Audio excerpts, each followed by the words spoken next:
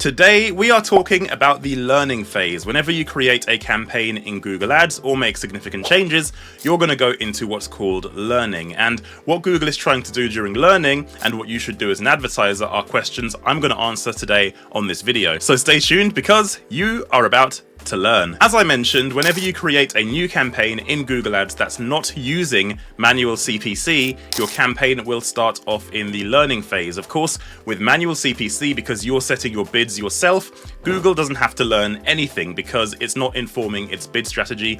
You are as the advertiser. Now, I've talked loads about how manual CPC is basically dead on the channel, and if you disagree with me, let me know in the comments. But if you are like me and you're advertising using a smart bidding strategy, chances are when you launch a new campaign, you're gonna go into the learning phase. And sometimes it's not even just a new campaign that goes into the learning phase. Your existing campaigns can swing back into learning as well because of a few reasons. For a start, if you migrate away from manual CPC over to a smart bidding strategy, you're gonna go back into learning. If you make a big significant edit to an existing smart bidding strategy, for example, changing your CPA target from $50 to $100, then you're gonna go back into learning then as well, because it's such a major change. Google has to re-understand how to spend your budget to meet your new objective. And lastly, you can go back into the learning phase if you make a significant change to your budget as well. If you massively increase your budget or if you massively decrease your budget, Google has to again understand how to spend your budget to meet your objectives with this new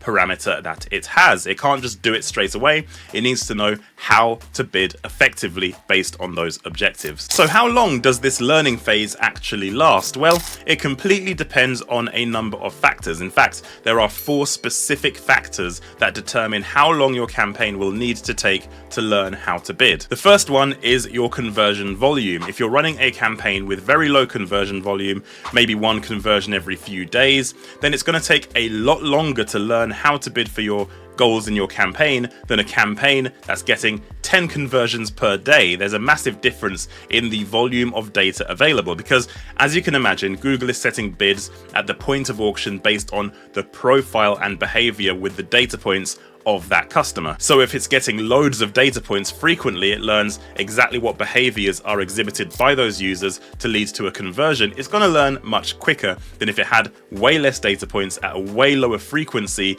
Then it will take longer for Google to become confident in bidding towards your goals. The second one is actually quite interesting because it's something we don't really think about as advertisers that often, and that is the latency period between that initial click and your conversion. The time between those two things, when the customer clicks the ad and when they actually complete the conversion action, that has an effect on the level of learning Google has to do as well. This is known as the conversion cycle, and the conversion cycle is that latency period. Say, for example, you're running a campaign in the e-commerce space and people see an item, they like it, and they buy it, then that kind of conversion cycle is going to be a lot shorter than somebody advertising in the B2B space, where the latency between the click and the actual conversion action could take days or even weeks, and even sometimes a much longer period than that. And that is the reason sometimes campaigns can take a long time to learn. Google needs to understand which click drove the conversion, and then when it gets that feedback loop of understanding which click drove the conversion,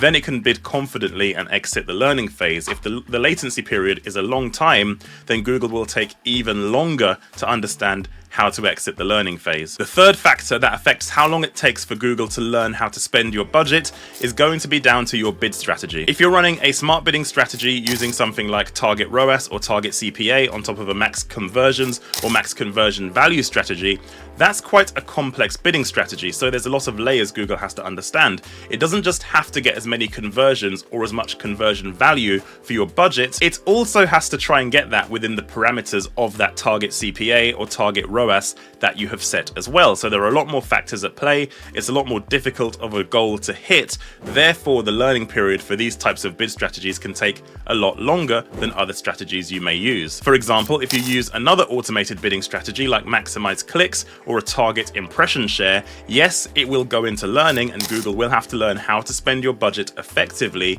but essentially because it's a much more simplified goal, because Google has a pot of money and it has to determine how many clicks I can get for that money or how much impression share I can get for that money, it's a lot more of a simplified goal based outside of user behavior. It's purely based on the auction itself. So there's a lot less parameters at play, meaning Google can learn much more quickly, which is why those two more simplified strategies take a lot less time to learn than some of the more complex bidding strategies. And finally, the last factor that can really affect how long it takes for your campaigns to learn is your historical account data.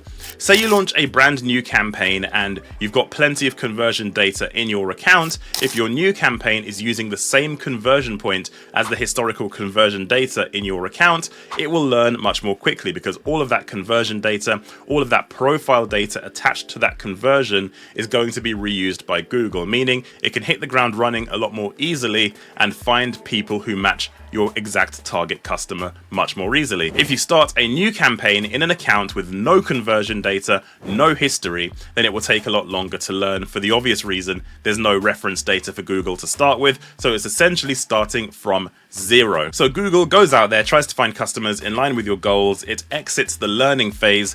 What happens next? Well, if you're in a good position, then nothing really happens any differently. You just become eligible, your campaign spends towards your goals, and Google has the confidence it can reach your goals. And that is exactly what will happen if you exit the learning phase successfully. Google thinks it can hit your goal, it will give you an eligible status and say, yep, we're going to keep going for this target. However, if Google doesn't feel confident it can hit your target goals, then it's going to be for a couple of reasons. Number one is if you set a target CPA that's beyond what Google can potentially achieve, then Google will have to try and bring down its costs in line with that goal. So say you have a CPA target of $50 and Google is trying to hit that target, and time after time during that learning phase, it can't hit that target. It's bringing conversions in at $100, $150. Eventually, Google, when it settles, will have to try and achieve that $50 target regardless. And that means it has to lower its bids and bring down its aggression in order to try and hit that target, which is massively going to lower your volume of clicks. And when that happens, you get a limited by bid status, which means Google is saying to you,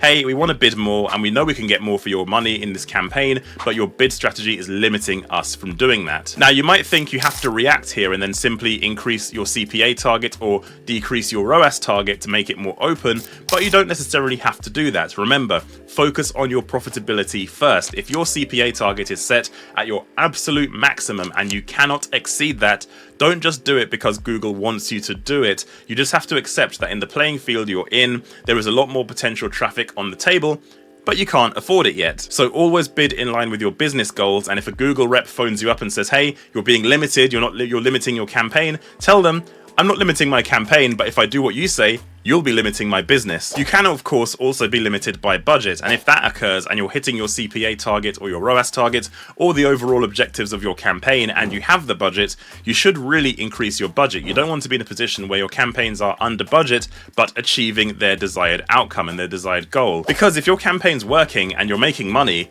why don't you reinvest that profit back into Google Ads and make more money? It doesn't make sense to have a limited by budget status if your campaign is succeeding on the goals you have set. So that status shouldn't really be there if you're running campaigns in the right way. There's one more status Google can give you after the learning phase that is not positive in terms of just having an eligible status. And that is if your campaign is limited by volume. It's something Google never used to do. If you ran a low volume campaign, Google will just say you're eligible and that's it. And you just have a low volume campaign. There's not much traffic going through the account and that's it. But Google obviously wants to make sure advertisers are aware that they want you to spend more money.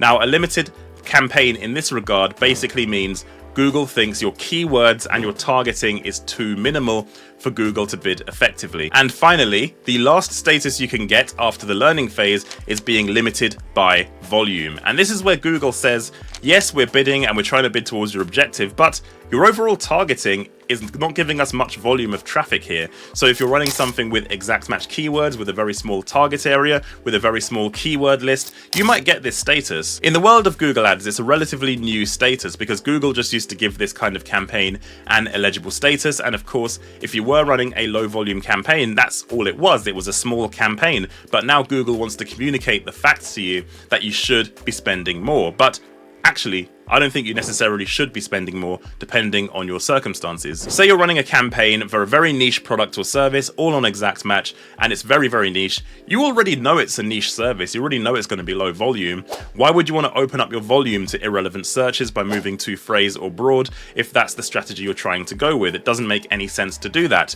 And of course, if your serviceable target area is a certain radius or town or city, why would you want to open that up further either? So it depends on your objectives. Being a low volume campaign isn't necessarily a bad thing as long as you're maximizing all opportunities available to you. The same goes for keyword suggestions that Google makes as well. If your campaign is low volume and Google is suggesting a bunch of new keywords to add in and they don't really make sense for you and they don't really meet the objectives of what people are looking for your business, then don't add them. Just accept you have a low volume campaign, and that's okay, because low volume campaigns can be profitable and it can make your business money, and you understand anyway that the parameters of that particular campaign are going to be low volume. And that is what happens during the learning phase. Let me know in the comments if your campaigns are struggling to exit the learning phase to an eligible status. Let me know if you're having any issues in terms of low volume or limited by bid or limited by budget. I reply to pretty much all comments on all of my videos.